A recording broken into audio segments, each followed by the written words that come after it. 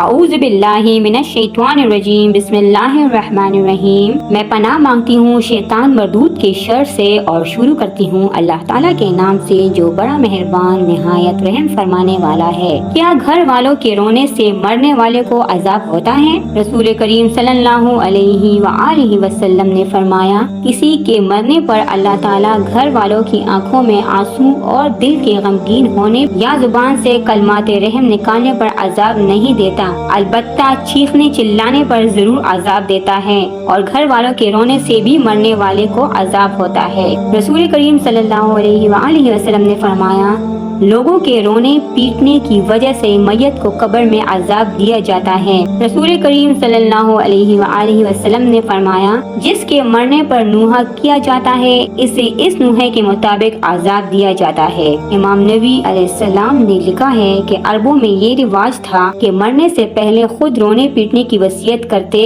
مثلا طرفہ بن معبد کا شعر ہے، اے بنت معبدہ، جب میں مر جاؤں تو مجھے یاد کر کے اتنا رونا پیٹنا جس کا میں مستحق ہوں، بلکہ اپنا گربان بھی چاک کرنا۔ چنانچہ جمہور علماء نے حدیث کا مفہوم یہی لیا ہے کہ اگر مرنے والا خود رونے کی وصیت کرے تو اسے عذاب ہوگا، بصورت دیگر اگر وصیت نہیں کی تو لوگوں کے رونے پیٹنے سے مردے کی روح کو تکلیف پہنچتی ہے، کیونکہ وہ یہ سب کچھ سنتا ہے۔